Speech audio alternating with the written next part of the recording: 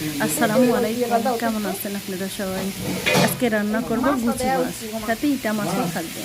প্রথমে মাছগুলো সুন্দর করে ধুয়ে নিব, কেটে ধুয়ে নিব।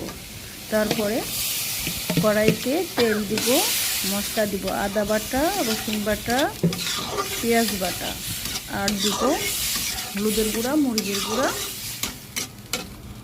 দিব, দিয়ে কষাই নিব। কষা তারপরে মাছগুলো ঢেলে দিব। ঢেলে দেওয়ার পরে আরও কিছুক্ষণ কষাতে থাকবো, অনেকক্ষণ ভর কষাবো। কষা তারপরে ঝোল দিব। ঝোল দেওয়ার পরে যখন ঝোলটা অল্প চলে আসবে তখন রান্না হয়ে যাবে। সাথে টমেটো দিব। টমেটো দিলেও মাছের স্বাদটা একটু আলাদা লাগে এবং একটু ভালোও লাগে। আপনারা এইভাবে